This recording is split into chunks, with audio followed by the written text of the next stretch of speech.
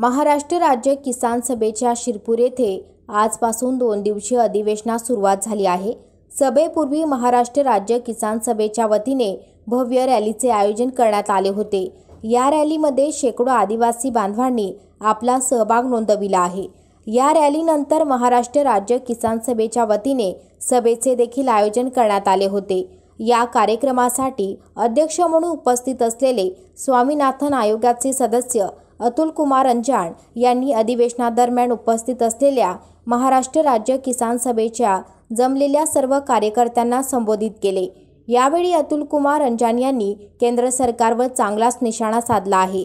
सध्या सुरू असलेल्या ईडीच्या कारवायांवर बोलताना अतुल कुमार अंजान यांनी मोदी सरकारची आगामी काळात महात्मा गांधीजींच्या मृत्यूनंतर ज्याप्रमाणे आरएसएसची परिस्थिती झाली होती तशी परिस्थिती होऊन महागाई दरवाढ संदर्भात जनता बीजेपी व आरएसएसच्या पदाधिकारी व कार्यकर्त्यांना सापडून महागाई दरवाढ विरोधात जाप विचारतील असे बोलत बीजेपीवर निशाणा साधला आहे।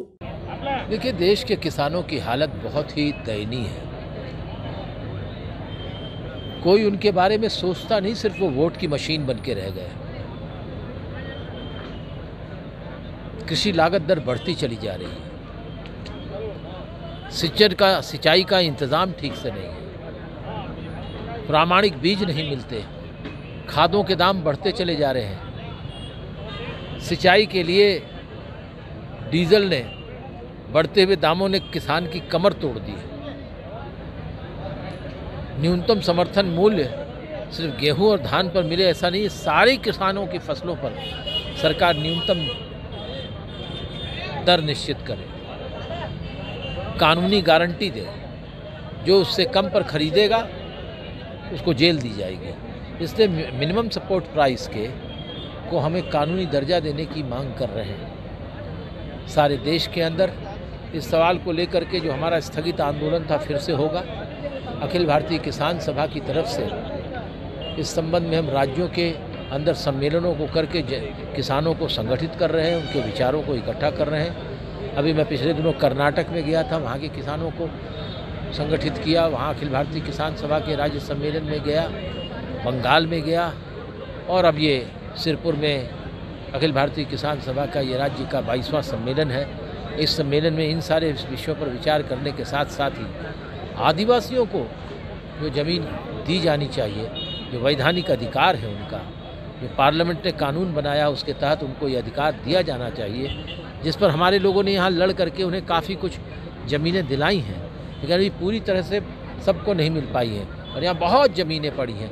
उन सब का बंटवारा करने के लिए, उन्हें सरकार को बाध्य करने के लिए ये आघाड़ी की सरकार महाराष्ट्र की और केंद्र सरकार दोनों इस दिशा में काम करें, इसके लिए हम रणनीति यहाँ बनाएंगे। सर, केंद्र एक धार डाल के डरा रही है इन पक्षों को, तो क्या लगता है इस बारे में आपको? ईडी और सीबीआई और इनकम टैक्स का ये हथियार इस्तेमाल कर रहे हैं और हमारे संविधान को कमज़ोर कर रहे हैं। हमारे जुडिशरी को भी ये डरा रहे, धमका रहे हैं। लेकिन मोदी जी को ये समझना चाहिए कि जुल्म है, बढ़ता है तो मिट जाता है। ये जितने दिन चल रहा है। इसके बाद शायद उनको उनकी पार्टी को बहुत बुरे दिन देखने पड़ेंगे कि कहीं ऐसा ना हो कि वही स्थिति हो जाए कि जैसे महात्मा गांधी की मौत